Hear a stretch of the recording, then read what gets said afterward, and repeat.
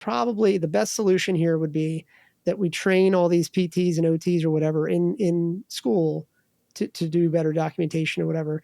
But if that's not possible, where do we start from here? Like, for example, let's just set this up. Let's just say you've got a practice, you got 3 locations, you got 10 clinicians. I'm just making this up. Where does that practice owner start, you think? Like, do they like, and maybe that's, when they engage with you guys, is it like, how does that work? How do you get 10 existing clinicians to improve their documentation? Is it a bunch of online courses? Is it, Well, that's what does kind it of look why like? we came up with the note ninjas, because I'll tell you right now, there was no resources when we started. When we were students, I didn't know documentation. Like, we went over documentation was like a chapter, a lesson, one lesson maybe. I really don't even remember going over documentation. They told you like a soap note. That's kind of what they Right. taught you about. But like, then what? And then when Yeah. you go into the field, you have to learn the company's EMR system, and kind of like Yeah. you're following Medicare Part B or Med A, you need to learn those things, but there's really no one to teach you. The company you would think would teach you, but do they? Not all companies do, or like they think they do, but like, are they teaching it and training you in a way that clinicians can easily understand and just implement right away? Because that's where we come in, because we Yeah. believe in, that's why we kind of started. That's how we started with our Instagram. We provided treatment ideas. And then how do you document these? How do you show your Yeah. skill in this treatment? And of course, there's tons of different ways because you're using different strategies and whatnot. And you have to personalize it for your patients. But like, we're just showing examples of how this can be skilled. So Yeah. it's kind of like a therapist will come in and see that and be like, oh, aha, that's how I change it.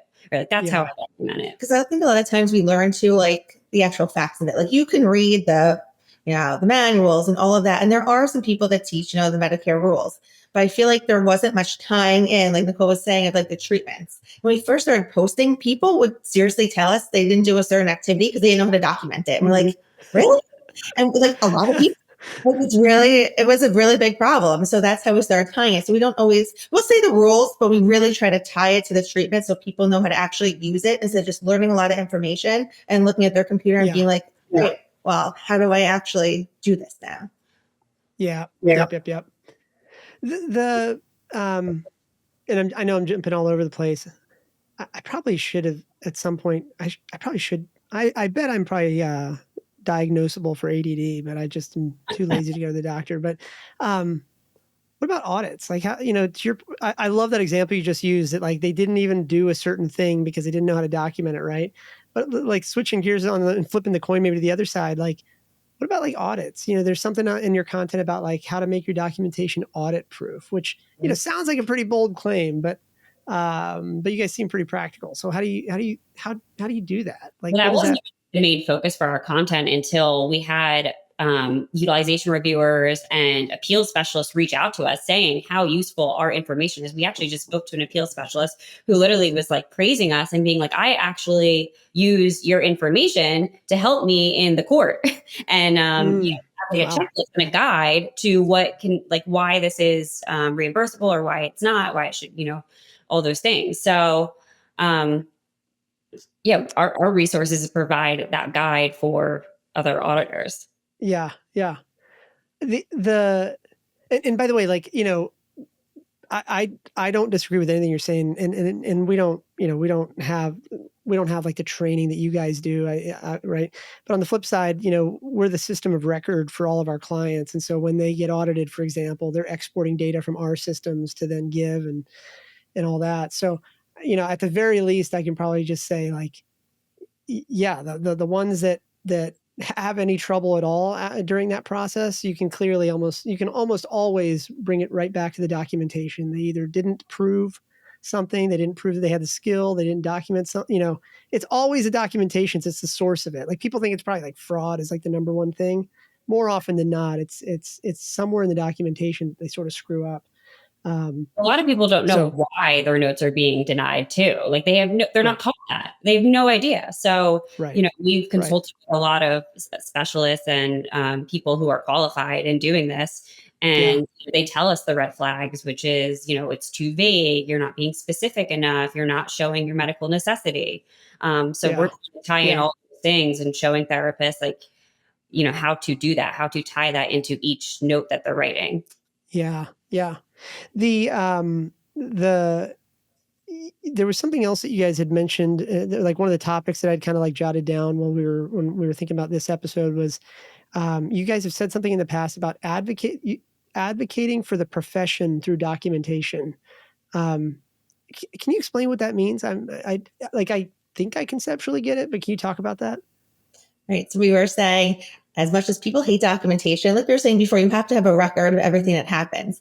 We Yeah. also feel with insurance going down, with sometimes, maybe they don't get referred to PT right away. If we have in our notes the documentation, our patients started like this, we did this treatment and got these results, like that's showing that it's working. Our PT or OT speech treatments are actually working. Like Yeah. should they listen to us just by us telling them? Maybe, but it's way Yeah. better if we have like the objective reasons for it.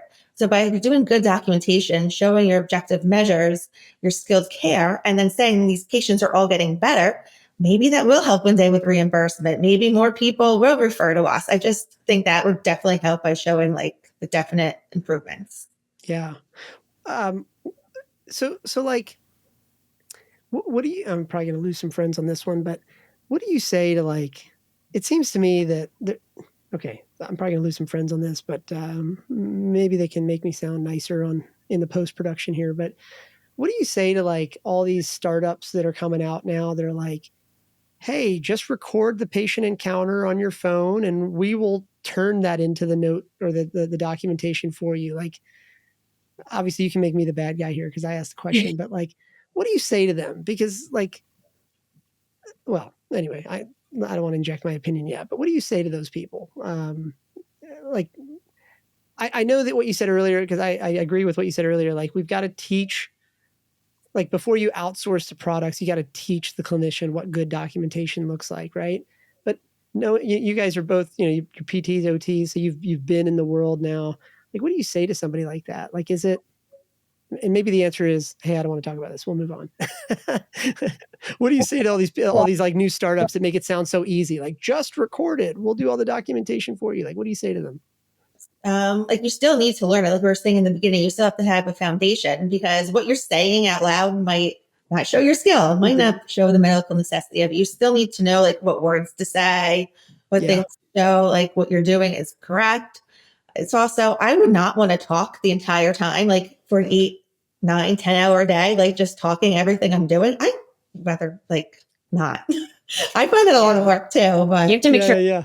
it too, and then it's like, is it wasting time? Because you're talking into something and then maybe someone isn't as good as talking into something as they are writing it down. Like I'm more of a visual. I like writing things down before I speak sometimes. So like, am I being accurate? Do I have to go back and edit it now because I wasn't accurate? So I think it could take more time. Yeah. But it's something that comes with practice. If you'd like to learn more about Strata PT and see how our EMR and RCM works, head over to stratapt.com to book a demo.